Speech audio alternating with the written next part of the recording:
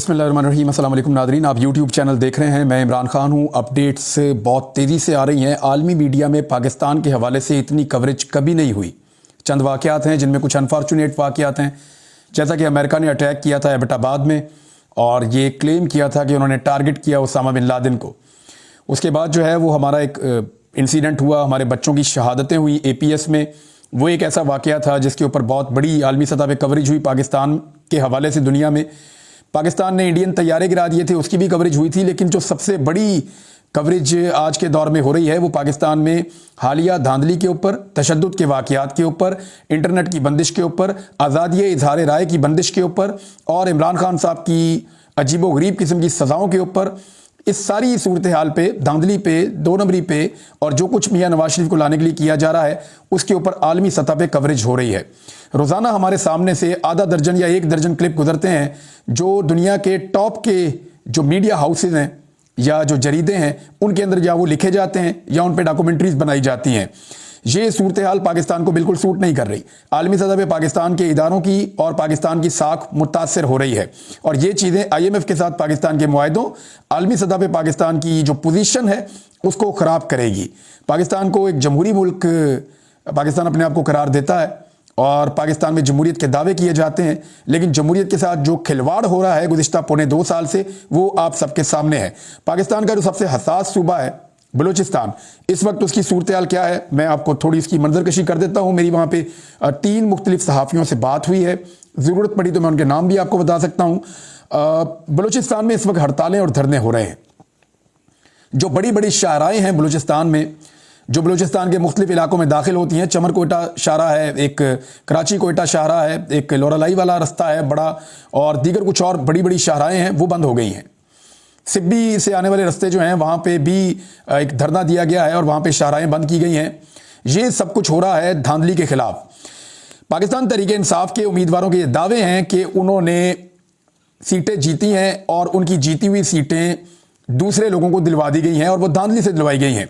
अच्छा, ये सिर्फ पाकिस्तान तहरीक इंसाफ के लोग नहीं कह रहे, बल्कि वो सरदार मकामी कह रहे हैं जिन्होंने हार तस्लीम कर ली है गैरतमंदी का मुजाहरा करते हुए।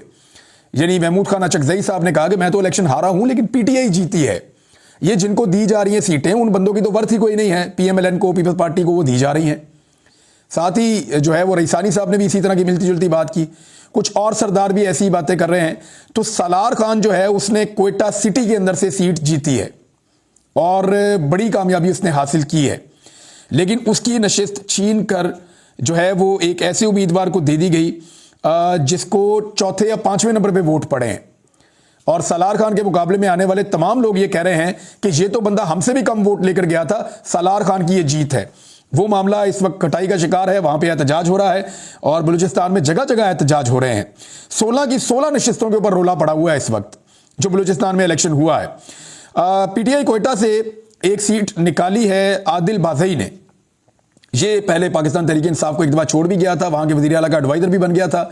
बिल्कुल नौजवान है और इसने एक वीडियो पैगाम जारी किया था कल कि मेरा ताल्लुक PTI से है, कोई अफवाहों में सदाकत नहीं है, मैं PTI को नहीं छोड़ रहा। फिर कुछ अफवाहें ऐसी आई, कुछ खबरें ऐसी पता चली कि कल शायद कोई रात को रेड हुई है और उसके बाद से अब तक आदिल बाज़ई से रब्ता नहीं हो रहा। पाकिस्तान तहरीक इंसाफ के कुछ लोग ये क्लेम कर रहे हैं कि आदिल बाज़ई अचानक बाजियाब हो सकता है बिलावल हाउस से या रावेंड से और इसकी सीट किसी और को दिलवाने की कोशिश की जा रही है और इसके घर के ऊपर छापा भी मारा गया है। मुबैना तौर पे ये चीज़ें सामने आ रही हैं। तो इस तरह से अगर हुकूमत नवाज शरीफ की बनानी है तो पूरे दुनिया के अंदर पाकिस्तान की बदनामी होती चली जाएगी, होती चली जाएगी। सिब्बी से जो नौजवान कामयाब हुआ सद्दाम, वो जीत का दावेदार है और वो ये कह रहा है बहुत बड़े पैमाने पर वोट उसको पड़े हैं, वो ये इलेक्शन जीत गया है, लेकिन ये सीट दे दी गई एक ऐसे शख्स को। ये एक्चुअली शाहजेन बुगटी वाली सीट है और ये सीट एक ऐसे शख्स को दे दी गई जो बहुत नीचे था, यानी जिसको वोट बहुत कम पड़े हैं। मियां खान बुगटी, इस बंदे को ये सीट दी गई। अब इसकी एक वीडियो निकल आई है। यानी मियां खान बुगटी वो आदमी है, कुछ अर्सा पहले की जो न्यूज़ स्टोरी है या जो TV चैनल की कवरेजेस हैं उनके मुताबिक मियां खान बुगटी एक सरगना था गाड़ियां चोरी करने के एक गैंग का। इसके ऊपर मुतअद्दिद FIRs हैं और इसका बहुत बड़ा क्रिमिनल रिकॉर्ड है। अब इलेक्शन कमीशन ने या बाकी लोगों ने, जो लोग ये फैसला कर रहे हैं कि किसको जिताना है किसको हराना है, उन्होंने पाकिस्तान तहरीक इंसाफ के एक नौजवान को हरा तो दिया, पाकिस्तान तहरीक इंसाफ के एक ऐसे नौजवान को जो पढ़ा लिखा है, एक ऐसे नौजवान को जो आगे बढ़ना चाहता है, एक ऐसे नौजवान को जो मिडिल क्लास का है, वो जीतना चाहता है, वो खिदमत करना चाहता है अपने सूबे की, उसको हरा तो दिया, लेकिन उसकी जगह जिसको जिता दिया वो एक क्रिमिनल है। यानी वैसे ही जैसे नवाज शरीफ साहब हैं, उनकी जायदादें निकल आती हैं अचानक और पता चलता है कि पैसा पाकिस्तान से बाहर ट्रांसफर कर दिया, आज तक पता नहीं चला कि कैसे गया। जैसे जाली अकाउंट्स का केस है शहबाज शरीफ का, जरदारी साहब का।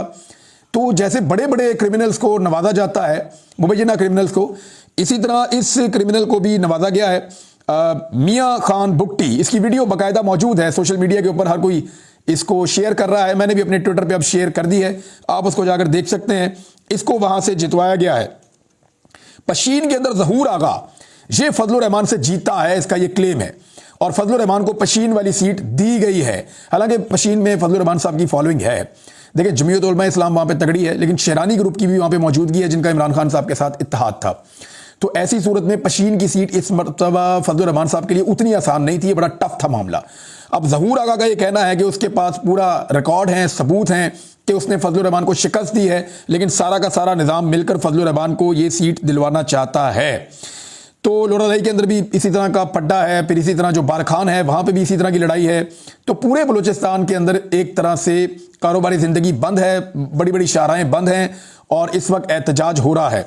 तो इसके ऊपर जो है वो पाकिस्तान के ताकतवर हलकों को और रियासत पाकिस्तान को सोचना चाहिए और देखना चाहिए कि अगर नौजवान और मिडिल क्लास के लोग इलेक्शन लड़ रहे हैं। देखिए, इससे पहले तो हमेशा ये कहा जाता था कि बलोच सरदार ही बलूचिस्तान को बनने देते, हमेशा कहा जाता था बलूचिस्तान के लोग ही चोर हैं, चोरों को वहां मुंतखब कर लिया जाता है, सरदार आ जाते हैं इलेक्शन जीत के, वो वहां के बच्चों की किस्मत बनने ही नहीं देते। अब पहली मरतबा अगर वहां पे नौजवानों ने इलेक्शन लड़ा है तो रियासती इदारे क्यों उन नौजवानों का रास्ता रोक रहे हैं? स्पेशली इलेक्शन कमीशन को होश के नाखून लेने चाहिए और जीत के नोटिफिकेशन जारी करने चाहिए उन नौजवानों के जिनको लोगों ने वोट डाले हैं। तो ये जी बलूचिस्तान की सूरत हाल है और क्लेम तो ये किया जा रहा है कि कम से कम 5 सीटें पाकिस्तान तहरीक इंसाफ, 4 से 5 सीटें वहां से बलूचिस्तान से जीती है। पीपल्स पार्टी भी जीती है, बाकी जमातें भी जीती हैं। तो अभी बलूचिस्तान के मामला चल रहे हैं, ये कोर्ट के अंदर भी जाएंगे, लेकिन जो जितनी बड़ी जमातें हैं बलूचिस्तान की, उन सब ने कहा है कि ये इस तरह से तो इलेक्शन पहले नहीं हुए जिस तरह इलेक्शन इस मरतबा किए गए हैं। एक और बड़ी खबर है, और ये बहुत बड़ी खबर है, इमरान खान ने वज़ीर आला खैबर पख्तूनख्वा के लिए अली अमीन गंडापुर को नामजद कर दिया है। अली अमीन गंडापुर कौन है? इसके नाम के ऊपर बड़ा एतराज़ कर रहे हैं हमारे कुछ दानिश्वर। कुछ लोगों का कहना है कि अली अमीन गंडापुर की ये काबिलियत नहीं है कि इनको बनाया जाता, लेकिन मैं आपको बताता हूँ कौन है। मेरी कुछ अर्सा पहले अली अमीन गंडापुर के वालिद से मुलाकात हुई थी, तो उनसे मिलकर मुझे आइडिया हुआ कि उनके बेटे ऐसे क्यों हैं। उनके 3 बेटे हैं और एक कैप्टन साहब हैं, एक फैसल गंडापुर हैं और एक अली अमीन गंडापुर हैं। कैप्टन उमर हैं और ये 3 बेटे हैं उनके। अब मैं जिससे सबसे ज़्यादा मुतासिर हूँ इनके बेटों में से, वो फैसल, ये ही इज़ अ जीनियस और वो बहुत क्वालिफाइड है और पॉलिटिक्स के बारे में, हिस्ट्री के बारे में नॉलेज उसका, और ही इज़ अ डूअर और दिन रात वो काम करने वाला आदमी है, बहुत शानदार। अली अमीन गंडापुर जो है वो बड़ा क्विक लर्नर है और बहुत मजबूत शख्सियत का आदमी है। यानी जो टिपिकल जिसको आप कहते हैं कि एक पठान जो डट जाने वाला, खड़े होने वाला, साथ देने वाला, वफादारी निभाने वाला और जान तक की परवाह ना करने वाला, तो वो इस तरह का एक पठान है, टिपिकल पठान अली अमीन गंडापुर। अगर आप कहते हैं खैबर पख्तूनख्वा की शक्ल दिखाओ तो आप अली अमीन गंडापुर की फोटो लगाते हैं तो कहते हैं हाँ ये है, हाँ ये पठान है वो वाला जो एक्चुअली होता है, जैसे आपको वज़ीरिस्तान में मिलते हैं, जैसे आपको मिलते हैं। यानी वो एक उसका ऑरा इस तरह का है जैसे वो नॉर्मली होते हैं। तो अब अली अमीन गंडापुर के बनने के ऊपर जो लोग एतराज़ कर रहे हैं, ज़रा थोड़ी सी चीज़ें मैं उनके सामने रखता हूँ। इन लोगों को जब इमरान खान साहब का मैंडेट किसी और को दिया जा रहा है तो उस पर इनको कोई एतराज़ नहीं है। डकैती हो रही है मैंडेट के ऊपर, अवामी वोटों के ऊपर डकैती की जा रही है, वोट को इज्जत देने वाले जो हैं वोट को लूट रहे हैं, इनको एतराज़ नहीं हो रहा। निगरान हुकूमतों के अंदर कैसे कैसे नगीने शामिल किए गए और ऐसे ऐसे लोग जिन्होंने रोज़ाना नए नए लतीफ़े सुनाए, इनको कोई एतराज़ नहीं हो रहा। चादर और चार दीवारी का तकद्दुस बारहा पामाल किया गया, इनको कोई एतराज़ नहीं हो रहा, ये खामोश। उस्मान बुज़दार जब तक इमरान खान का वज़ीर आला था तब तक सारी दुनिया उसकी दुश्मन थी। जिस दिन से उसने इमरान खान को छोड़ा है, मुझे कोई एक कवरेज निकाल कर दिखाएं इन सारे दानिश्वरों की जो इन्होंने की है उसके खिलाफ, नहीं करेंगे, क्योंकि दुश्मनी इमरान खान से थी। उस्मान बुज़दार की करप्शन पे कोई इनका इंटरेस्ट नहीं था। परवेज़ खट्टक वो भी बिल्कुल पाक साफ हो गए। जब तक वो इमरान खान के साथ थे उनको कहा जाता था कि मालम जब्बा खा गए, ये खा गए, वो खा गए, अब कोई नाम ही नहीं लेता, अब कोई केस ही नहीं उनके ऊपर। अलीम खान और जहांगीर तरीन के बारे में ये लोग कहते थे सबसे बड़ा कब्जा ग्रुप और सबसे बड़ा डाकू। अब वो दोनों जो हैं बहुत पाकीज़ा हस्तियां हैं और उनकी ये लोग तारीफ़ें करते हैं और तारीफ़ें करते हुए थकते भी नहीं हैं। परवेज़ इलाही नून लीग में आ जाए तो दूध का धुला है, इमरान खान के साथ चला जाए तो फिर सबसे बड़ा डाकू है। ये एक दोहरा म्यार है इन दानिश्वरों का। और एक ऐसे शख्स को यानी इमरान खान साहब जिसकी पार्टी को तोड़ दिया गया, 2 नई पार्टियां उसके अंदर से बना दी गई, फिर खरीदो फरोख्त अभी तक जारी है, उसके बंदे उठाए जा रहे हैं, उनकी जो है वफादारी तब्दील की जा रही है। एक ऐसे शख्स को आप ये तवक्को कर रहे हैं कि वो पाकिस्तान के मीडिया से या पाकिस्तान के इदारों से या पाकिस्तान के बाकी सियासी जमातों से मुशावरत करने के बाद वो अपना एक ऐसा कमज़ोर सा वज़ीर आला खैबर पख्तूनख्वा दे जो थोड़े अरसे के अंदर ये एक्सपोज हो जाए और किसी और के इशारों पे नाचना शुरू हो जाए, तो इमरान खान से तो ये एक्सपेक्ट ना किया जाए। क्योंकि जिस सिचुएशन से वो आदमी गुजर रहा है उसको एक बहुत मजबूत आदमी की ज़रूरत है जो उसका वफादार रहे, ऐसे आदमी की ज़रूरत है जो उसके साथ खड़ा रहे, ऐसे आदमी की ज़रूरत है जो उसकी अमानत, क्योंकि ये इमरान खान की अमानत है खैबर पख्तूनख्वा की वज़ारत आला। अगर उनका वफाक में वज़ीर आज़म बनता है तो वो भी इनकी अमानत है, अगर उनका बनता है पंजाब के अंदर वज़ीर आला तो वो भी इमरान खान की अमानत है। लोगों ने वोट इमरान खान को दिए हैं, बाकी किसी को नहीं दिए। ये लोग तो बेचारे अपने जलसों में भी नहीं जा सके। तो मामला यह है कि इमरान खान ने मजबूत आदमी को देना था, किसी से मशवरा लेने की जरूरत नहीं है। मेरे ख्याल में अली अमीन गंडापुर, अगर नॉर्मल हालात होते तो इसको डिस्कस किया जा सकता था कि अली अमीन गंडापुर हैं या नहीं है, होना चाहिए या नहीं होना चाहिए। देखो क्वालिफाइड आदमी है, ऐसा नहीं है कि यानी आप बहुत सारे लोगों से कंपैरिजन करें तो उसकी एजुकेशन का लेवल ठीक है, लेकिन उसका एक स्ट्रक्चर ऐसा है उस आदमी का, उसका दिखावा ऐसा है और उसका उठना बैठना इस तरीके का है, उसका चीज़ों को डील करने का अंदाज इस तरीके का है, वो दबंग किस्म का अंदाज है, तो लोग उनको किसी और नज़र से देखते हैं। लेकिन उसका जो पूरा प्रोफाइल है उसको पढ़ें, आपकी काफ़ी तसल्ली हो जाएगी। ये नॉर्मल हालात नहीं हैं, ये ऐसा लगता है कि जंगी नौयत के हालात पाकिस्तान में बना दिए गए हैं एक सियासी जमात के लिए ख़ास तौर पे।